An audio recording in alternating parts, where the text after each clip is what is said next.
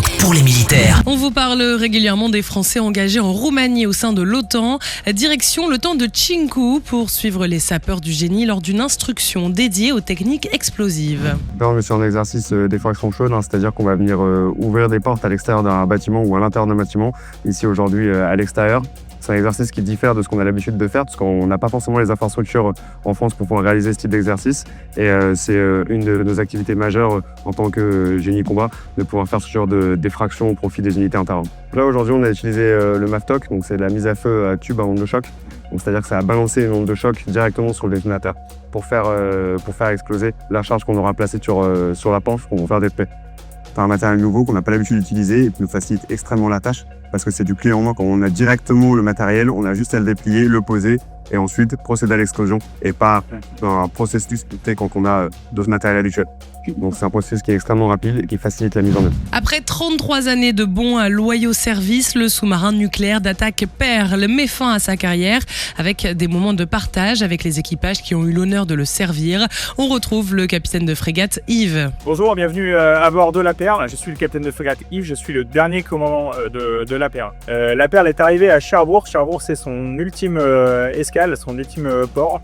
Avant ça, nous étions basés à Toulon et nous avons quitté notre port-base de Toulon le 20 mai, après avoir réalisé 3 sorties au profit de mes prédécesseurs, les anciens commandants de la Terre. Et nous sommes maintenant arrivés à Cherbourg pour mener les opérations du retrait du service actif de la Terre. Une des étapes très importantes, c'est la dernière cérémonie des couleurs. Elle est fondamentale pour nous, pour honorer la dernière fois notre bateau et aussi pour inviter tous ceux qui ont œuvré à la construction de ce bateau ou à sa réparation à la suite de l'incendie qui l'a ravagé en juin 2020. Nous avons invité tout le monde pour pouvoir honorer ce bateau qui a survécu. Cette cérémonie vient clôturer 33 ans de service actif de la Perle, qui a réalisé beaucoup de missions pendant ces 33 ans, qui a vu se succéder environ 30 commandants.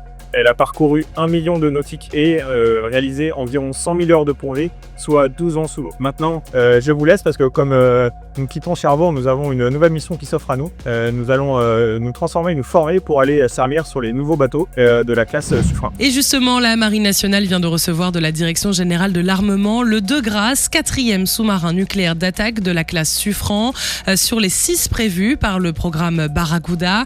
Il va désormais débuter ses essais opérationnels avant son admission au service actif. Plus discret, plus endurant et doté de capacités de combat renforcées, le De Grasse contribuera aux missions de renseignement, de protection du groupe aéronaval, de lutte sous-marine ainsi qu'au soutien de la dissuasion nucléaire française.